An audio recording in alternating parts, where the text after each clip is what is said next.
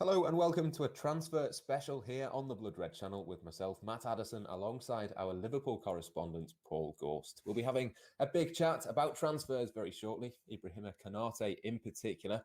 But first and foremost, Gorsty, the season is over. Liverpool are in the top four, in the top three, in fact, in the Premier League. How much easier do you think that makes things for them this summer? Not just financially, but in terms of thinking about squad sizes and things like that.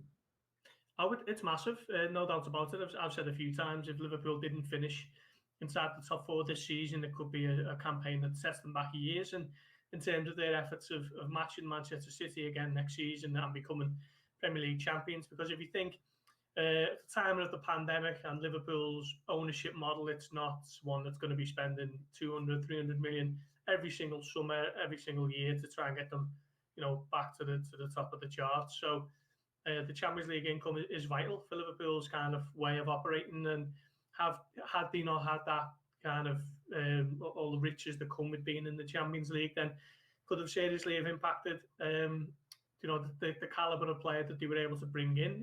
Particularly, I think Liverpool as a club, as a team, as a name, are always going to hold weight and are always going to attract players, but players know that it's a short career and a season out of the Champions League is not conducive to attracting the best caliber of players to the club. So huge from a sporting perspective, but also a financial one as well. It will enable them to compete a little bit better. Because as I say, that they're not a club who go toe to toe with the likes of Man City and Chelsea and Paris Saint-Germain in terms of money spent. So no doubt about it, it was absolutely huge. And Jurgen Klopp himself admitted that a few times. He said it's always easier to know when you're in the Champions League because you know what kind of budget you've got to play with, and then you can kind of make decisions earlier on. So it wouldn't have been ideal that they've had to leave it to the last few minutes to secure that qualification, but they are at least in there and they can plan for whatever's next.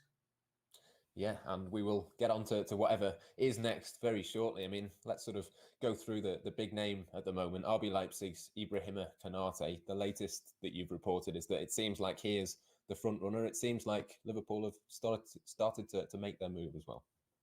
Yeah. So I was told possibly 6 weeks or so ago now that Liverpool have drawn up a 4 or 5 man shortlist for centre-back options this summer, and that kind of tallies up with the way Liverpool work at the moment. If you think of when they signed Diogo Jota, they had a 3-man shortlist with Ibrahim Sarr from Watford and Jonathan David, was it, from Ghent? And I think he went to Lille last summer. So Liverpool had a 3-man shortlist for that position. They also had a 4-man shortlist for the left-back position. They obviously signed Kostas Tsimikas in the summer, but they were looking at Reguilon and Jamal Lewis and to a lesser extent Lloyd Kelly. So this is kind of the way Liverpool operate now. They draw up a very short list and they almost kind of go after them all at once. But Konate was top of that defensive shortlist, and they are now actively pursuing a move and looking to try and trigger that release clause, believed to be around £40 million from RB Leipzig. So no doubt that Liverpool need another centre back. The whole season was undermined by injuries to centre backs, wasn't it? So they definitely need someone in that area, and it looks like they're targeting someone.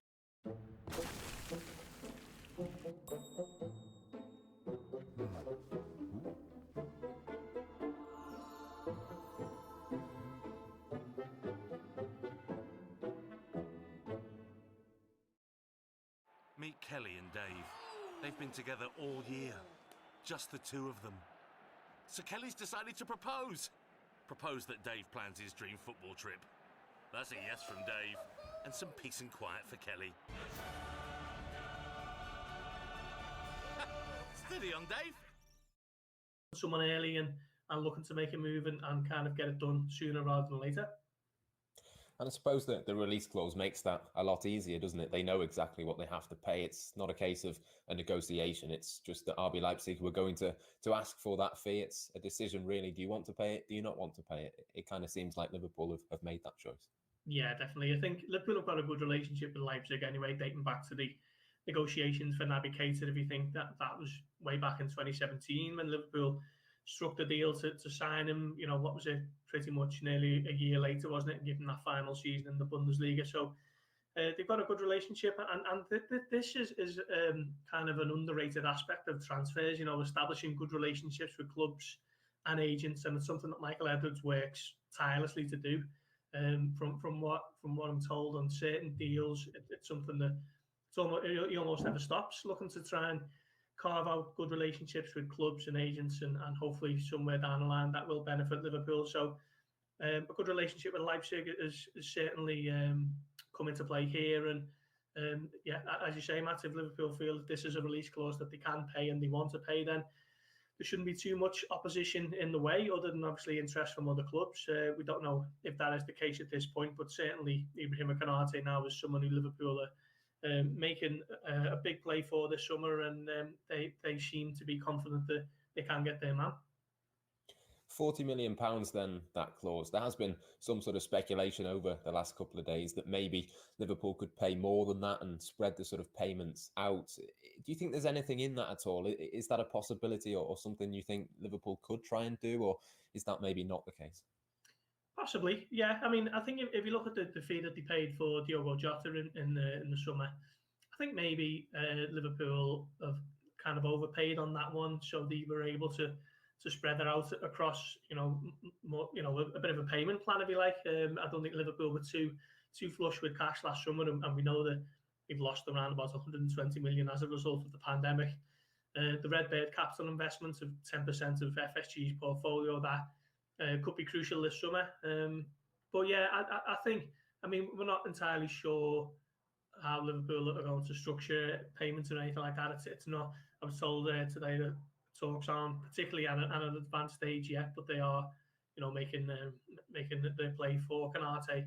So it remains to be seen how and where that kind of manifests itself in terms of a fee, a bottom line fee. But I think it's something that Liverpool might explore if they do feel that they don't necessarily have the clout to go and pay the 40 million up front this summer. Konate is away at the moment with France for the under-21 Euros. The knockout stages begin, I think, on Monday. I think the final is the following Sunday. Would we anticipate then that we'd have to sort of get France's participation in that tournament out of the way before this moves on any further? Yeah, I think so. I think any footballer, top-level footballer, doesn't want the future kind of played out while they're in the midst of a major tournament, do they? So France under-21s play Holland on Monday. It's the quarterfinals, and then I think Liverpool will pretty much be playing a waiting game from there. So if France do get knocked out on Monday, maybe talks will really accelerate next week. It remains to be seen. But yeah, I think that, I mean, from what I understand, Liverpool won't be looking to wrap up this deal whilst France is still in the under-21s.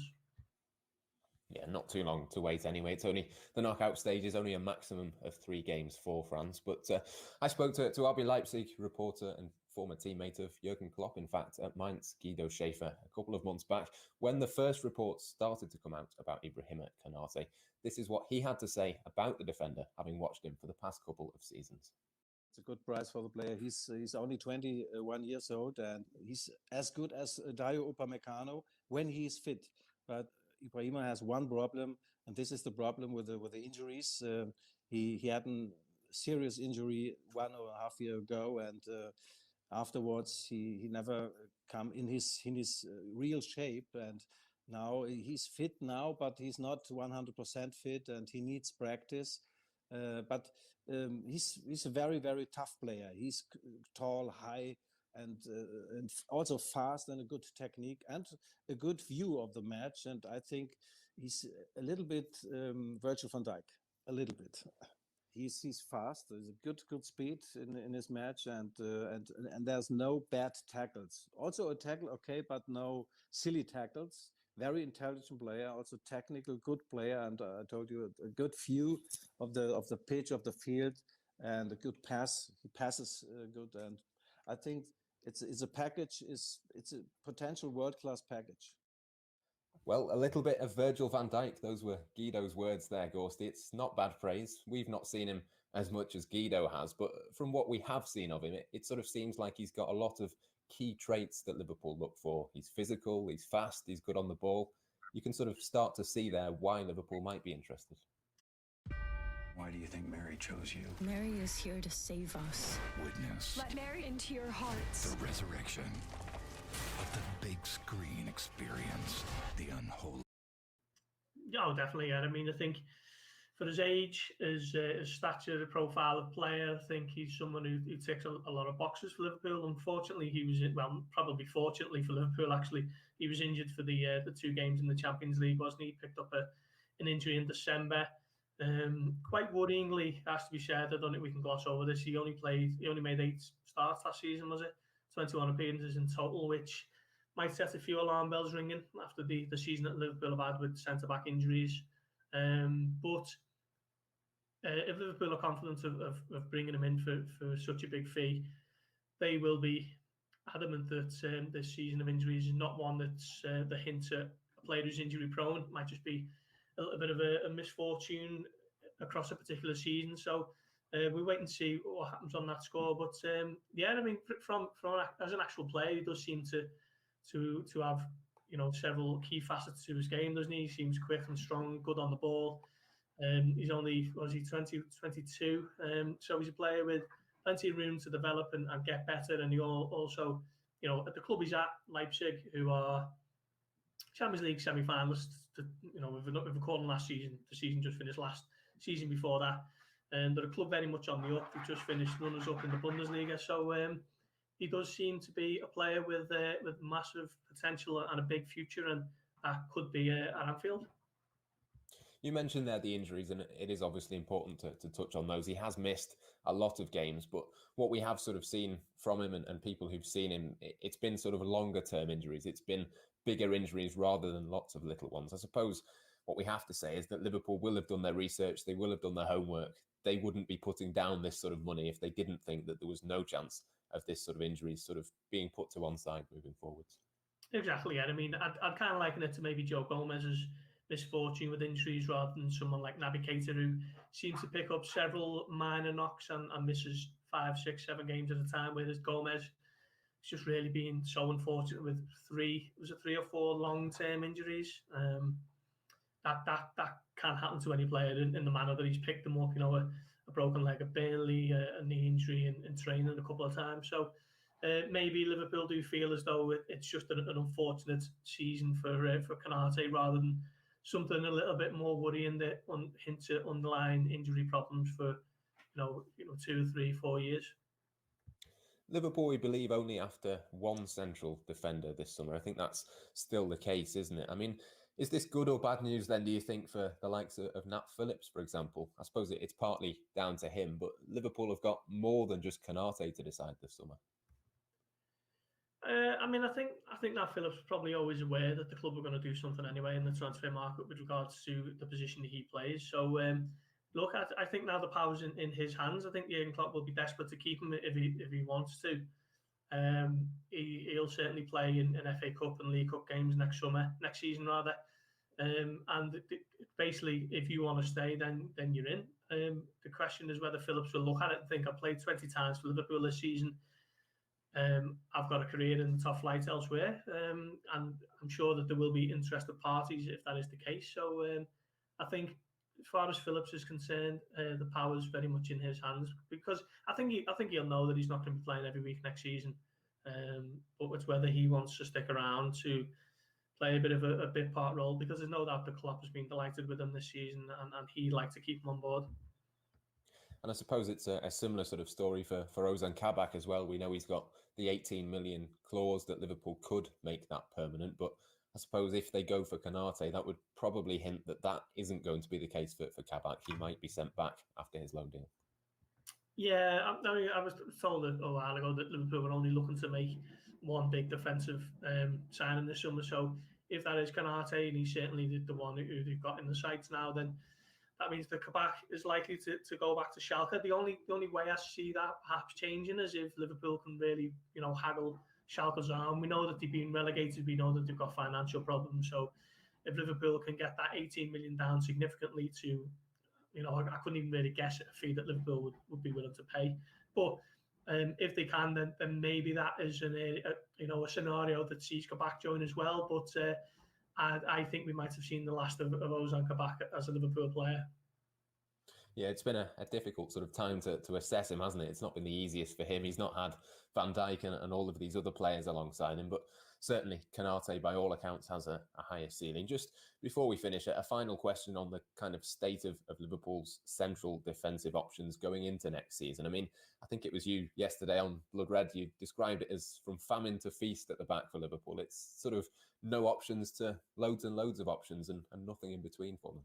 Yeah, I mean, if you think about if Konate signs, Liverpool are still hopeful of having Gomez, Van Dijk, and Matip back for pre-season. Then there's 4, and then you've got Nat Phillips, and then you've got Reece Williams, who's shown that he can come in and do a job if needed. So yeah, it's let's just hope that Klopp has more options to choose from next season. And if he does make 20 different centre-back partnerships, it will be because he's got options available to him rather than a lack of them. Yeah, you'd certainly rather have too many than not enough. I think Liverpool have seen that plenty of times this season, but lots more to come then, I'm sure, over the next few days and into next week. We'll have all of the updates on Konate and all of the other players linked with Liverpool across the Liverpool Echo and Blood Red too. That'll be in all of the usual places, so keep checking out the website. Make sure to subscribe on YouTube and you won't miss anything. Make sure you sign up to our twice weekly Blood Red newsletter as well. The link for that is in the description below. For now, though, from myself, Matt Addison, and from our Liverpool correspondent, Paul Gorst, that's all we've got time for. Goodbye for now.